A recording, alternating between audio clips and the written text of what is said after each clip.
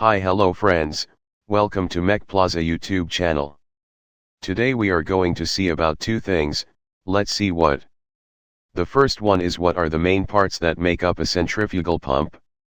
Now that we have an understanding of how centrifugal pumps operate, we can give an overview of its most common parts. Casing, volute.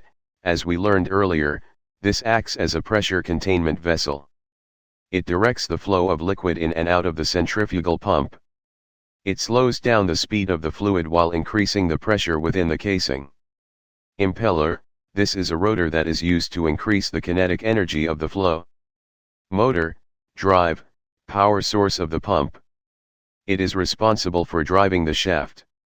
Shaft, rotor, the impeller is mounted on a shaft.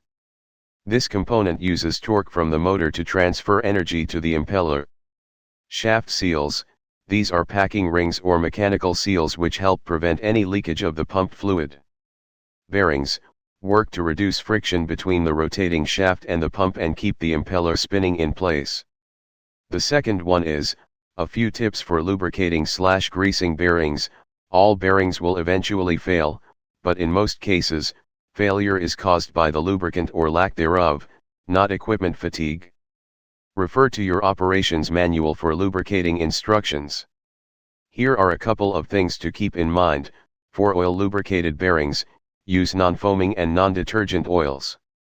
Fill the oil to the midpoint of sight glass. Over-lubrication is just as dangerous as under-lubrication.